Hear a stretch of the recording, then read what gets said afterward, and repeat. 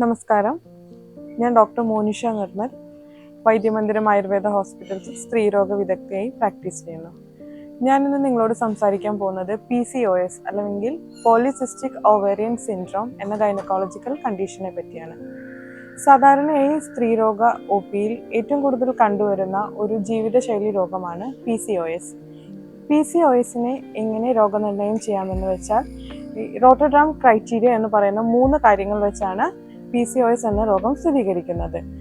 ആദ്യത്തെ കാര്യമെന്ന് പറയുന്നത് ഇറഗുലർ ആയിട്ട് വരുന്ന മെൻസസ്, അത് പിന്നീട് എഫക്റ്റ് ചെയ്യുന്നത് ഓവുലേഷനെ ആയിരിക്കും. രണ്ടാമത്തെ കാര്യം എന്ന് പറയുന്നത് സ്ത്രീ ശരീരത്തിൽ പുരുഷ ഹോർമോണായ ആൻഡ്രോജന്റെ ലെവൽ അധികമായി കാണുന്നു. അത് കാരണം അമിതമായിട്ടുള്ള രോമ വളർച്ച, അമിതമായിട്ടുള്ള ഹെയർ ഫോൾ കൊണ്ടുണ്ടാകുന്ന അലോപേഷ്യ, കുറച്ച് ത്വക്ക് രോഗങ്ങൾ, ആക്നെ പോലുള്ള, മുഖക്കുരു പോലുള്ള ത്വക്ക് രോഗങ്ങൾ. മൂന്നാമത്തെ കാര്യം എന്ന് പറയുന്നത് അൾട്രാസൗണ്ട് റിപ്പോർട്ടിൽ പോളിസിസ്റ്റിക് ഓവറി ഇമേജസ് കാണുക. ഈ 3 കാര്യങ്ങളിൽ ഏതെങ്കിലും 2 കാര്യങ്ങൾ അല്ലെങ്കിൽ 2 ക്രൈറ്റീരിയാസ് ഫുൾഫിൽ ചെയ്യുന്ന പേഷ്യൻസിനെയാണ് പോളിസിസ്റ്റിക് ഓവറിയൻ സിൻഡ്രോം ഉള്ള പേഷ്യൻസ് ആയി കാണുന്നത്.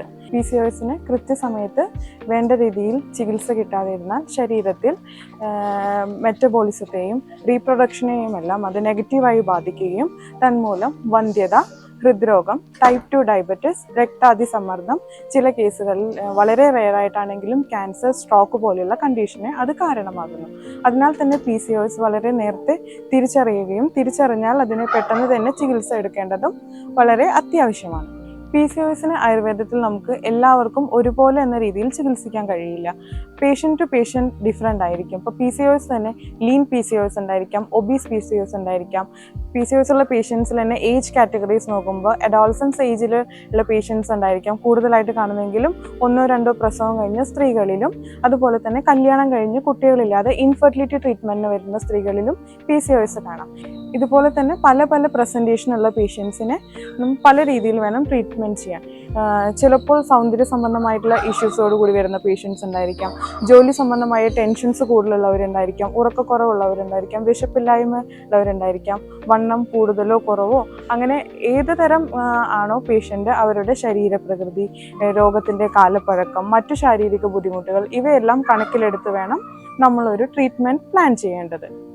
പലപ്പോഴും പലയിടത്തും ആയുർവേദത്തിലെ കഷായമോ ഇന്ന ഗുളികയോ PCOSന് നല്ലതാണെന്ന് ചിലപ്പോൾ സോഷ്യൽ മീഡിയ വഴിയോ അല്ലെങ്കിൽ നമുക്ക് പരിചയമുള്ള വ്യക്തികൾ വഴിയോ അറിയാനിടയാവുകയും അതേ കഷായമോ ഗുളികയോ 1-2-3 മാസം പേഷ്യൻസ് കഴിച്ച് PCOS മാറുന്നില്ല എന്ന് പറഞ്ഞ് അങ്ങനെയുള്ള ഒരു പ്രവണത കൂടെ കണ്ടുവരുന്നതായതുകൊണ്ട് ഇത്തരം കാര്യങ്ങൾ ഒരിക്കലും ചെയ്യാതിരിക്കുക.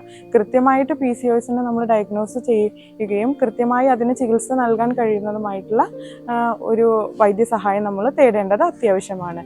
അങ്ങനെ ആയുർവേദത്തിലാണെങ്കിൽ നമുക്ക് ഒരു പക്ഷേ ഇൻറ്റേർണൽ മെഡിക്കേഷൻസ് കൊണ്ട് മാത്രം PCOS ക്യൂർ ചെയ്യാൻ പറ്റില്ല. ചില സമയത്ത് പഞ്ചകർമ്മ തെറാപ്പീസും ആവശ്യമായി വരും.